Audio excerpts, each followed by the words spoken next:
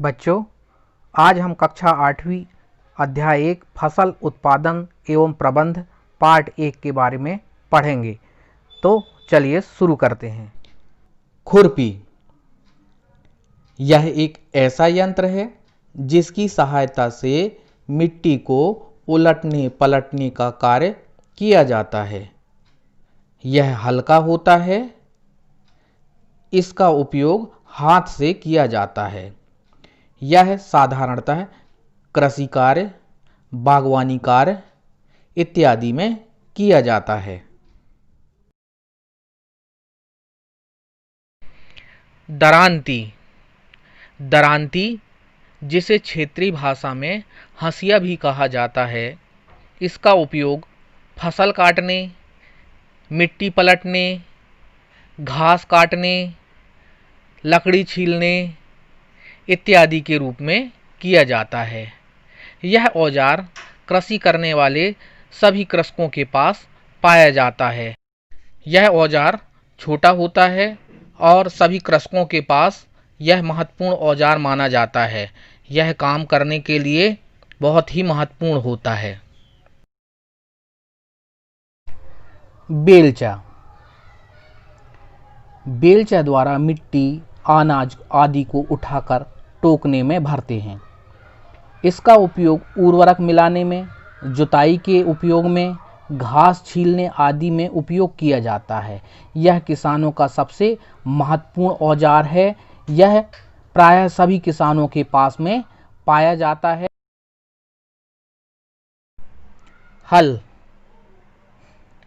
हल का उपयोग जुताई के लिए किया जाता है। इसकी सहायता से बीज बोने से पहले खेत की आवश्यक तैयारी कर ली जाती है। यह किसानों का सबसे महत्वपूर्ण औजार है। इस हल को चलाने के लिए 2 बैलों की आवश्यकता पड़ती है। अगला टॉपिक है सजीवों द्वारा भोजन।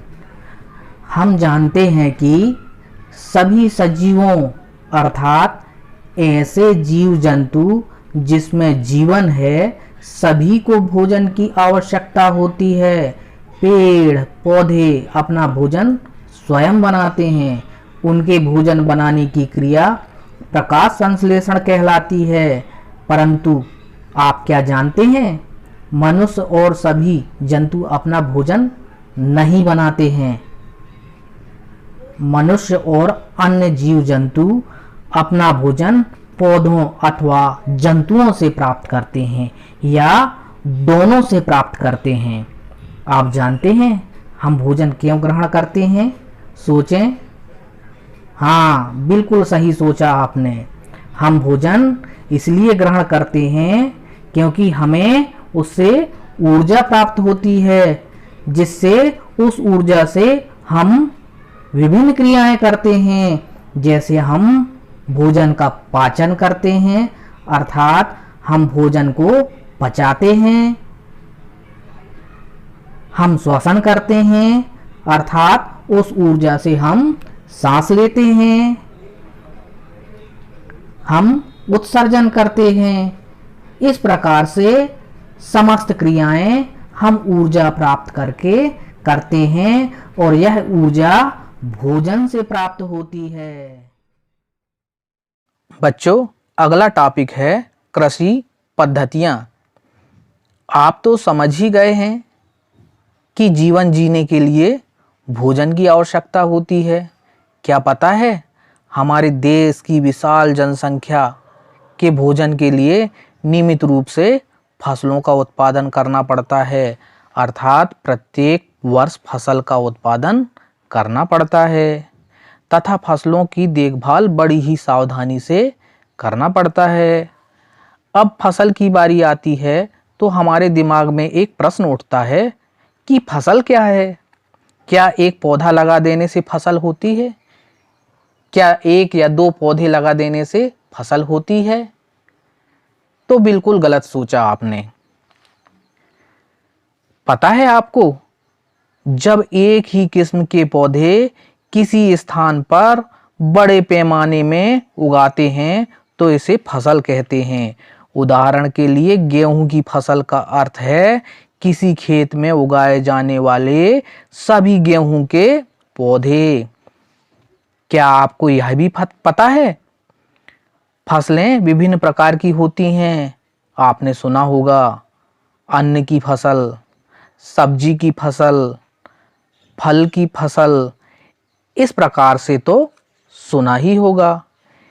इस आधार पर हम फसलों का वर्गीकरण करते हैं। आपको पता है भारत एक विशाल देश है।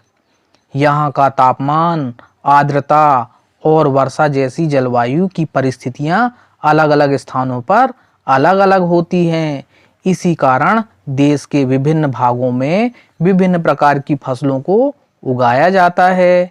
परंतु इतनी विविधता के बावजूद मुख्य तौर पर फसलों को दो भागों में बांटा गया है। पहला भाग है खरीफ की फसल और दूसरा है रबी की फसल। अब हम खरीफ की फसल के बारे में जानते हैं। खरीफ की फसल वह फसल जिन्हें वर्षा ऋतु में बोया जाता है, यह खरीफ की फसल कहलाती है। भारत में वर्षा ऋतु सामान्यतः आपको पता होना चाहिए बच्चों, जून से सितंबर तक होती है। वर्षा ऋतु जून से सितंबर तक होती है। इस ऋतु में हम धान, मक्का, सोयाबीन, मूंगफली, कपास इत्यादि फसलें उगाते हैं। ये फसलें खरीफ की फसलें कहलाती हैं।